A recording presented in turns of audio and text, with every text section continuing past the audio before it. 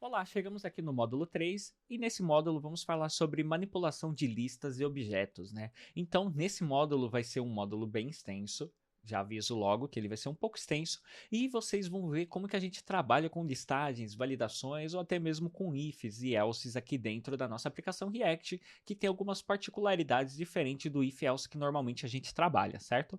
Então, bora lá! Primeiro, vamos falar sobre renderização de listas. Quando a gente trabalha com listas, a gente está trabalhando com o quê? Com um array, onde a gente tem diversos objetos dentro dele e a gente precisa mostrar essa informação ali para o usuário.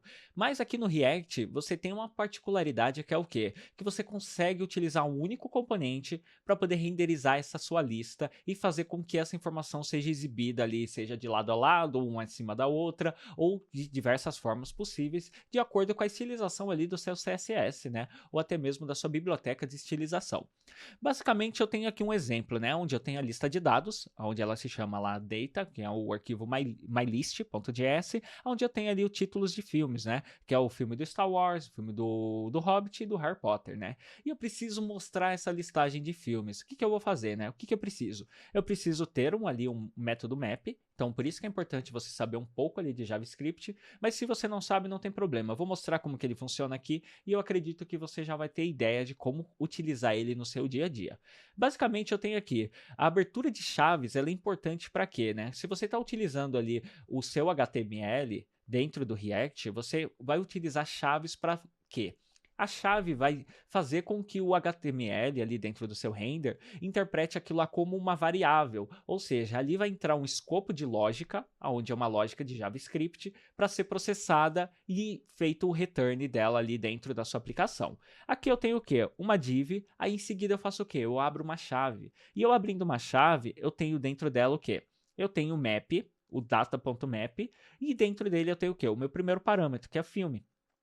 E feito isso, eu tenho uma arrow function para fazer o quê? Para dar minha instrução de saída, né? Onde eu abro mais uma chave, que é o escopo de lógica, onde eu posso tratar aquela informação ou simplesmente fazer um return para mostrar igual eu tenho aqui na minha tela, né? Então eu tenho aqui o return, onde eu tenho o H4, né? Eu posso retornar dentro de um outro return, né? Igual que está acontecendo aqui. Eu tenho um return, que é o return do React para poder renderizar, e dentro dele eu tenho o quê? Eu tenho um bloco de HTML. Dentro desse bloco de HTML, eu tenho uma lógica ali de JavaScript, onde essa lógica de JavaScript vai fazer o quê? Ele vai me devolver o meu bloco, outro bloco de HTML com a resolução daquilo. Ou seja, eu tenho ali um H4, onde eu tenho uma chave. É importante que você coloque uma chave, por quê? Porque senão a sua aplicação ela pode se perder na hora de renderizar essas informações, né? E quando eu coloco uma chave, eu digo para o que para ela, né? Eu digo que o filme 1 ele vai ter o ID 1, o filme 2 vai ter o ID 2 e assim por diante, para que ele não se perca quando você for fazer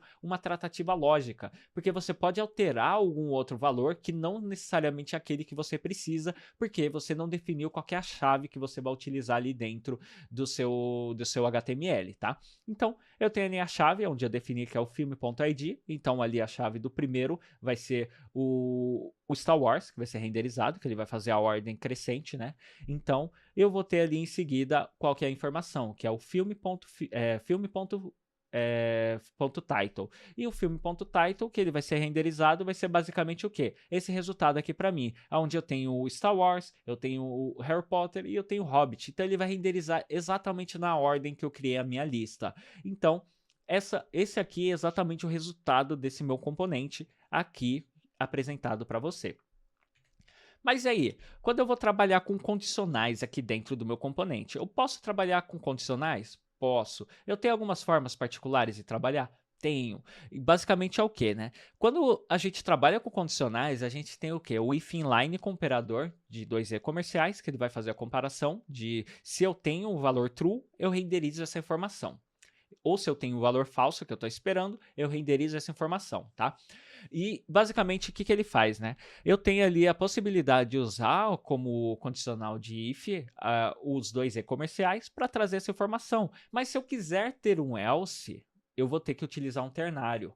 Por quê? Porque o e-comercial ele só vai trazer o valor que é verdade daquilo que você está esperando para poder renderizar, né? Agora, se eu estou trabalhando com if else ternário, basicamente eu tenho o quê, né? Eu tenho uma condicional, como eu tenho um exemplo aqui, eu tenho a condicional para teste, que é o que eu vou verificar. Se essa condicional ela for verdadeira, que o interrogação ali ele significa verdadeiro, ele vai trazer ali um valor x de true.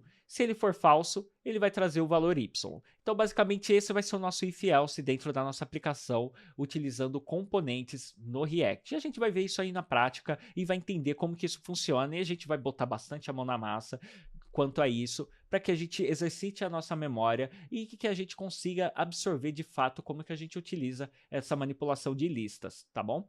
Então, eu espero que vocês tenham entendido a diferença de condicionais e como que a gente trabalha com listas ali no React, e nos vemos no próximo vídeo com uma próxima aula, e até mais. Tchau, tchau.